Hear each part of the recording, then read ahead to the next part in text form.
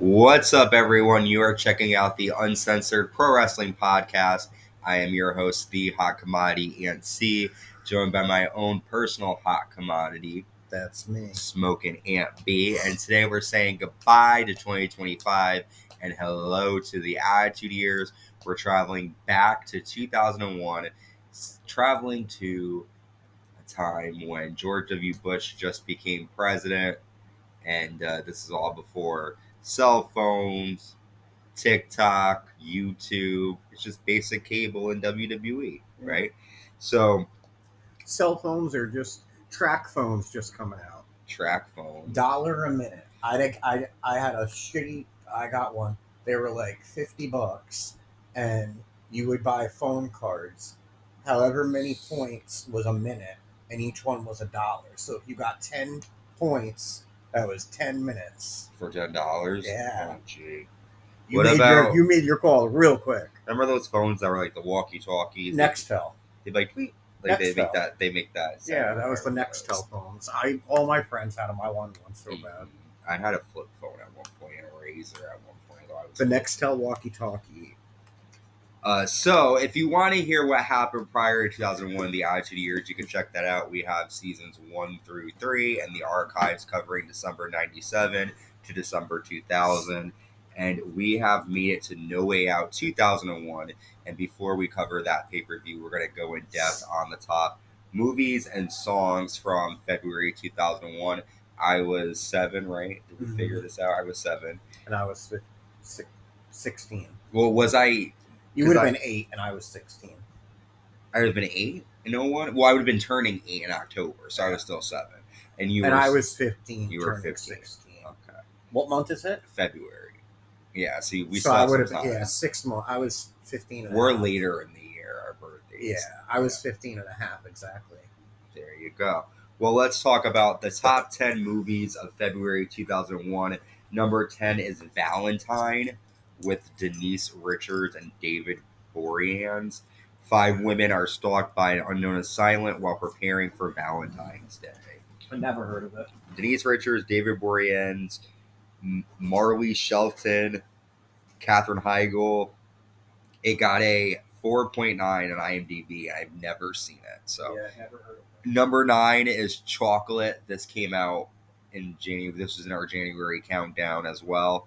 Number 8 is Traffic, and that's the one about them trying to find the drugs and trafficking it. Number 7, Save the Last Dance. That was also in January. Julia Stiles. That's a good one. I haven't seen that, but I've heard it was good. Number 6 is Recess, School's Out. TJ and the gang must save summer vacation from disappearing forever. And I used to watch the cartoon. I used to watch this show, Recess. It was a funny cartoon that was out in the early 2000s, and they made a movie for it. I used to watch it all the time on, what was it on? It was on like ABC sometimes. And the guy who plays the main character is one of the Lawrence brothers. Moving on, number 5, Castaway. That's with Tom Hanks.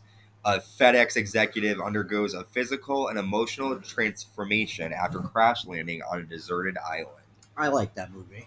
That's with Paul Sanchez, Lori White, Tom Hanks, Peter Von Berg. I've never seen it, but I just remember he has... 90% of the movie is just him on the island. Isn't it like Wilson? The name of the like ball or whatever. Ball, yeah. And he's got like the blood on it. All right, number 4 is Down to Earth. That's with Chris Rock and Regina King. After dying before his time, an aspiring black comic gets a second shot at life by being placed in the body of a wealthy white businessman. That's with Chris Rock, Regina King, Chaz Palminteri, Eugene Levy. That sounds kind of funny. It got a 5.4. Number 3, The Wedding Planner.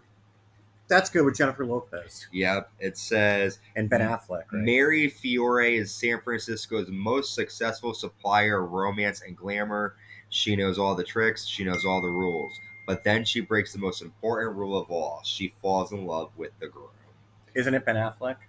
It's Matthew McConaughey. Oh, okay. It's a Jennifer good movie, Lopez, though. Matthew McConaughey, Judy Greer. I've never seen it. It's cute. It's a Number romantic 2 is Crouching Tiger, Hidden Dragon. We talked about that one.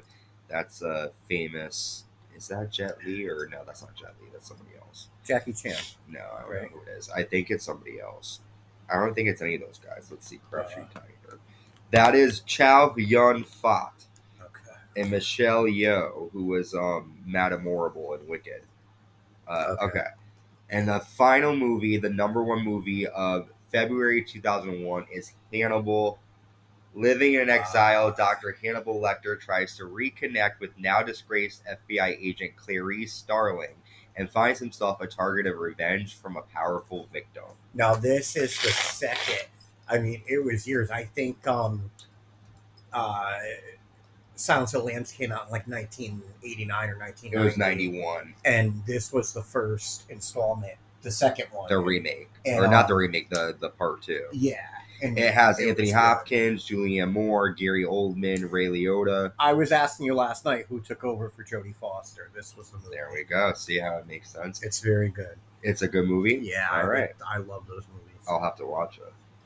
With that, we've covered all of the top 10 movies of February 2001, with Hannibal being the number 1 movie. Let's move on to music.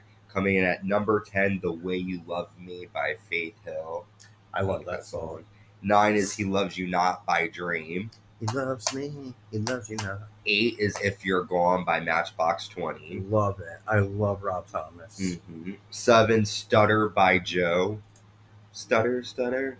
I don't When you know see you that one. crying, and you know you're lying. Stutter, stutter. I'm sure I've heard it. Number 6, Love Don't Cost a Thing, Jennifer Lopez. That's a good one. 5, Again by Lenny Kravitz. I love that song. 4 is Don't Tell Me by Madonna. That's a good one. I don't know if I know that That's one. a good one. Number 3, Independent Women by Destiny's Child. It's good. Number 2, Miss Jackson by Outkast. That's a classic. And the number 1 song of February 2001 is It Wasn't Me by Shaggy. It wasn't me. And That was, I think, I saw popular. him in concert. Yeah, you've told me that. Shaggy. I like Angel by Shaggy. Yeah. Well, we've given you the top 10 songs and movies from February 2001. Let's move into the pay-per-view, what you're all here for. WWF No Way Out 2001, live in Las Vegas, Nevada. The last stop before WrestleMania 17. And kicking off the night, we have WWF Hardcore Champion Raven defending against The Big Show. This is just like a match set up for a hardcore brawl. We saw a lot of wrestlers get involved. Crash Holly showed up dressed up as like a popcorn vendor and got attacked. Steve Blackman, Hardcore Holly, they all get involved. Billy Gunn ends up hitting Crash with a Famouser, and then Raven pins Billy Gunn to retain the Hardcore Championship. After the Ninja comes out, but Molly hits the Ninja with a stop sign, and then the Big Show chokeslams Raven onto a trash can, and the Big Show becomes new WWF Hardcore Champion. What did you think of Big Show winning the title here? Also, Billy Gunn became champion for a minute, too. What did you think of this match here, though? Yeah. Well, I didn't really understand the point of them even having Billy Gunn win. Maybe we're going to get like a rivalry between Billy Gunn and the Big Show. Okay. I don't know. We still don't know who the Ninja is. I still don't know who the fucking Ninja is. I'm getting pissed about it. I'm about to Google it, but I'm trying not to. And I think this is Big Show's one of his first titles since being WWF Champion. Yeah. So it's like he's now the Hardcore Champion. When Vince first used him to screw over Austin. Yeah. Well. So, through the cage, I remember. So, yeah, it was, we'll see what happens. I don't think the Big Show is going to do anything extraordinary with the Hardcore title, but we'll see. Next up, Intercontinental Champion Chris Jericho defends. They also reinstated the 24/7 rule. Yeah. So. Jericho defends the Intercontinental title against Chris Benoit, X-Pac, and Eddie Guerrero. And this is a really good fatal four-way. All 4 of these guys are great in the ring. And it was action from beginning to end. We didn't know who was going to win. We see Jericho land a lion salt to Eddie Guerrero, but then X-Pac breaks that up. Benoit X-Pac lands a low blow to Jericho and X-Factor, but Benoit breaks that up. Benoit then lands a flying headbutt to X-Pac, and Jericho rose up X-Pac to get the victory and retain the Intercontinental title. Jericho has outsmarted all of these guys. What do you think is next for Jericho and him being champion? I don't know. Did you like the match? Well, yeah, I did like the match. It was really good. I think that Jericho is going to bring it to new heights. I think that he'll bring like more top competitors into the Intercontinental scene. So, um, and I think he's going to continue to dominate with it. Which wrestler here did you feel like did the best in this match? Like, which one did you like the most? I liked Eddie and Jericho the best. Chris Benoit did do. He was good in it too. He added a lot. We got to see that scumbag just incredible get involved too. Yeah, I mean X-Pac, I feel like they just threw him in for the hell of it. Yeah.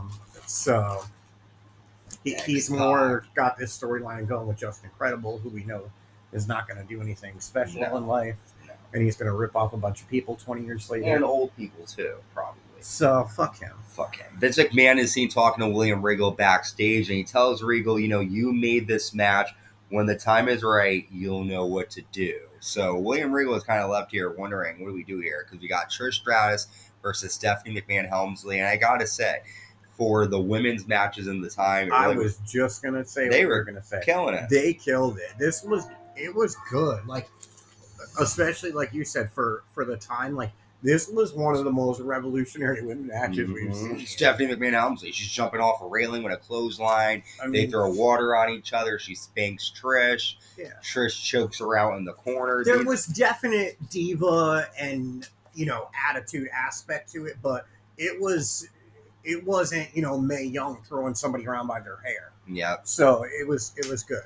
So all that action takes Not place. Mae Young, Moolah. William Regal comes down and drops the referee to the mat, puts Trish on top of Stephanie, but then puts Stephanie's foot on the ropes. William Regal then gets in the ring, and Trish is like, what the fuck is going on? She slaps Regal. Regal lays her out with the Regal press, and then Stephanie gets the pinfall victory over her dad's girlfriend. After the match, Vince is upset, and he ends up booking William Regal and Stephanie McMahon-Helmsley against himself and Trish Stratus for Raw's War. What'd you think? You said going into this that Trish needed to win, but she lost here. But I think her and Vince are definitely going to win that tag team match. I just lost my train of thought. I think it was definitely good for the storyline. I'm really excited to see this tag team match, and Vince better watch it because he does, like Stephanie said last week, you don't want me as an enemy, especially where the family's split up right now. She's going to turn to the mother's side. I could see Shane getting involved. So Vince is really burning his bridges here, and he's got some balls to pick Trish, his little girlfriend, over his daughter. So it's fucked up. We'll see how it plays out. It's going to be a memorable one, though. Thank you, Trish. Next up, we have the 3 Stages of Hell match, and this match was great because these guys couldn't touch each other leading into this. Triple H versus Stone Cold Steve Austin. The first match is a singles match, 1-on-1. Austin ends up getting the win after Triple H jumps into a Stone Cold Stunner. Stone Cold gets the first fall victory. The second fall ends up being a no disqualification match, and we see these men go at it with a barbed wire 2x4. They're blading each other with the barbed wire. Steel chairs. We see Triple H. I think he lands a pedigree to Austin on the announce desk. The ring bell. The ring bell's involved. Triple H ends up winning the second fall. And then the third fall is the steel cage match. The cage comes down. We see both men catapult each other into the cage. The end comes, though, when both Triple H grabs a sledgehammer. Austin has the 2x4. And what ends up happening is Triple H ends up hitting Austin. They both hit each other with their respective weapons, but Triple H ends up falling on top of Austin to get the victory. And the game has won the 3 Stages of Hell match, defeating Stone Cold Steve Austin, winning this rivalry that's been going on since like summer of 1999. What do you think of the payoff here? Well, it was really, it was fucking brutal. It was really good. But, I can't say that either man could feel like they won this match. If Stone Cold, and I can honestly say if Stone Cold happened to fall on Triple H and the same thing happened, I would say the same thing. Like, both of them beat the shit out of each other to the point where neither one of them could stand. And it was just a matter of who fell where and who they really picked to win the match. But it was totally even. I feel like They fucked each other up. It could have been either one, and in my eyes, Triple H did not win. They both just knocked each other out. Are you satisfied though with No, this being the definitely not. Like they need to have another match because I don't feel like anyone really won that. Like he literally fell on him and couldn't even know what was going on. Like I said, Austin could have fell on him the same way, and I'd still say they need to finish it. There we go. Next up, we have a interesting match here. Steven Richards with the WWF Women's Champion Ivory taking on Jerry the King Lawler with the Cat. If Lawler wins, the right to censor ends. If Steven Richards wins, then the Cat... Or I'm sorry, if Jerry Lawler wins, the Cat can strip naked. If right to censor, Steve Richards wins, then Cat has to join right to censor. Take a guess who wins. Yes. As a kid, though, I was mad. Oh, I was really thinking the Cat was going to be able... Oh, I was like, man, Lawler's going to win for all of us tonight. We got this. This is our moment. We see a lot of shenanigans, a lot of low blows. Ivory gets involved. The end comes when the Cat grabs the women's championship and accidentally, this is really stupid, she hits Lawler. But, she could see who she was hitting. She, went after Lawler. Steven Richards gets the victory, and then the right to censor grabbed the Cat, put, almost like a bag over her body and carry her back. And I can't help but think that she's going to get gang raped by all these guys back there. Either that or she's going to, if you can't beat him, join him. Maybe she's going to come out and... Well, she has to. That's the whole point now. Now she has to join the Righteous. I just wonder if she's going to come out in the outfit that Ivory wears. We'll have to see. That'd be great. You're cute. All right, moving on. We have the WWF. See her in the old Plymouth dress. The, old school teacher from the early 90s jean shirt dress. The WWF Tag Team titles on the line in a triple threat tables match. The champions, the Dudley Boyz, defending against Edge and Christian, and the Brothers of Destruction, the Undertaker and Kane. Undertaker and Kane just demolished everybody. We saw the Dudleys hit the Brothers of Destruction with some cheers. The end comes, though, when Rikishi and Haku come out and attack Undertaker and Kane. So Taker and Kane are distracted by Haku and Rikishi. And the Dudleys land a 3D to Christian through the table.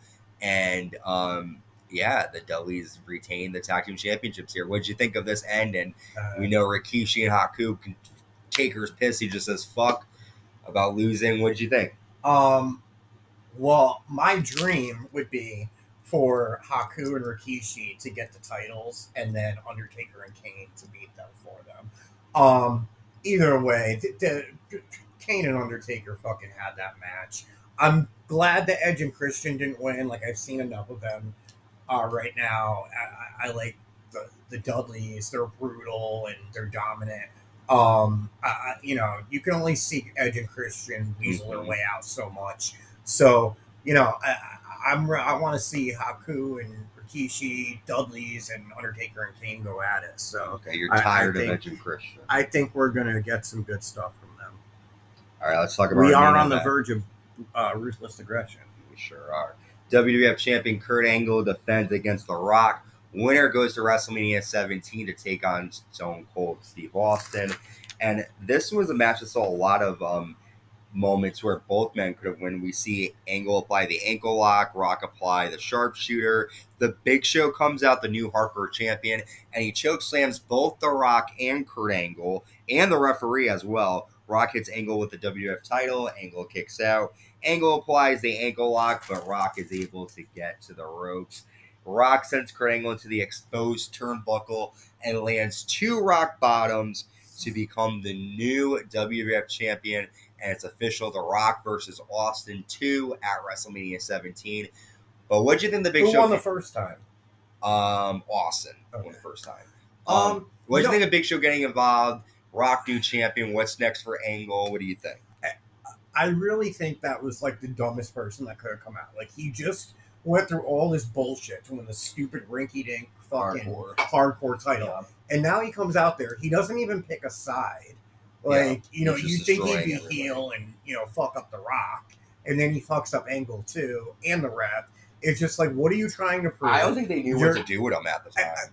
Exactly. And it's what are you trying to prove? You're not even in the main event scene. There's no hope for you to be in the main event scene. If it's not Rock and if it's not Rock and Austin, you've got Triple H and Kurt Angle ahead of you. I mean, I think fucking Chris Jericho's ahead of him who's starting to get the title. So, like, it's bullshit. It's like he's really big, so let's. And I really don't remember Big Show being involved like this. Like, that just shit, like, nothing's going to come Yeah, nothing's going to come of it. Spoiler alert, but, like, I don't remember him being involved in this match at all, so. Right. But what, the hardcore champion is going to be double hardcore. They'll probably take on both men on Raw. Like, it's stupid. But what did you think of this pay-per-view? You liked Royal Rumble. What would you grade this pay-per-view? It's the second show of 2001. I'd say this gets a B. A B? plus. Okay. What was your favorite match? Probably Austin and Triple H, and right? Triple H was good. But honestly, they were all pretty good matches. The only one that kind of sucked was the right to censor thing. Mm-hmm. Yeah, even Stephanie and Trish even killed it. So they did. They had a good really match. don't have a lot of complaints for this one. It was a good show. Definitely recommend checking it out if you haven't seen it. If you have watched, I'm also excited for the lead up. Like, I want to see the tag team match with McMahon and Stephanie. Mm-hmm. And he also said that isn't Linda going to be on SmackDown? No, that already happened. Remember, he went to visit her. Oh, he went to visit her. Yeah. Okay. Leave a comment though. Let me know what was your favorite match of the show. What memories you have from this card. What memories you have of the month of February 2001. Leave a comment, subscribe, like, hit that notification bell to stay notified when new content is created. We leave our time machine. We cover current events as well, including WWE Raw, SmackDown, NXT pay-per-views, WWE pay-per-views. We cover it all. So until next time, stay safe and stay uncensored.